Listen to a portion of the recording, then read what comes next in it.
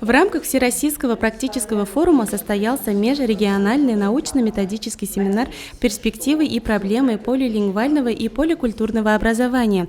Участниками его стали более 80 заведующих и воспитателей дошкольных образовательных организаций, сотрудников системы образования Башкортостана, Татарстана, Чувашии, Саха, города Москвы и Киргизской республики. Вообще полилингвальная модель российской школы – это самое новое и, пожалуй, самое интересное направление, которым сегодня занимаются очень многие регионы. И Республика Башкортостан, она впереди вот в этом вопросе, и несколько регионов в России, которые занимаются этой моделью серьезно. Это Татарстан, это Республика Северная Осетия-Алания, это Республика Саха-Якутия и Республика Башкортостан. Все они представлены на нашей секции, и каждый из них поделится опытом создания полилингвальной образовательной среды. Будь это детский сад, будь это школа или даже это вуз.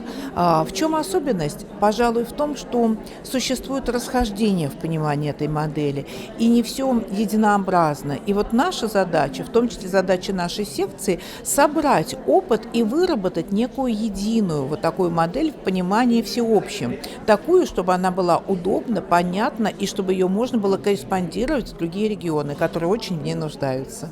С приветственным словом к участникам семинара обратилась депутат Государственной Думы Федерального собрания Российской Федерации Эльвира Айткулова. Спикерами выступили заместитель директора Департамента государственной политики и управления в сфере общего образования Министерства просвещения России Анна Тимофеева, заместитель министра образования и науки Республики Башкортостан Альфия Галиева, исполняющая обязанности директора Института стратегии развития образования РАО Татьяна Суханова и другие. На площадке семинара обсудили проблемы и перспективы полилингвального образования в Российской Федерации. Представители Минпросвещения России отметили позитивный опыт БГПУ имени Мифтахиддина Акмуллы в реализации государственного задания, сравнительный анализ практик внедрения полилингвальной модели поликультурного образования.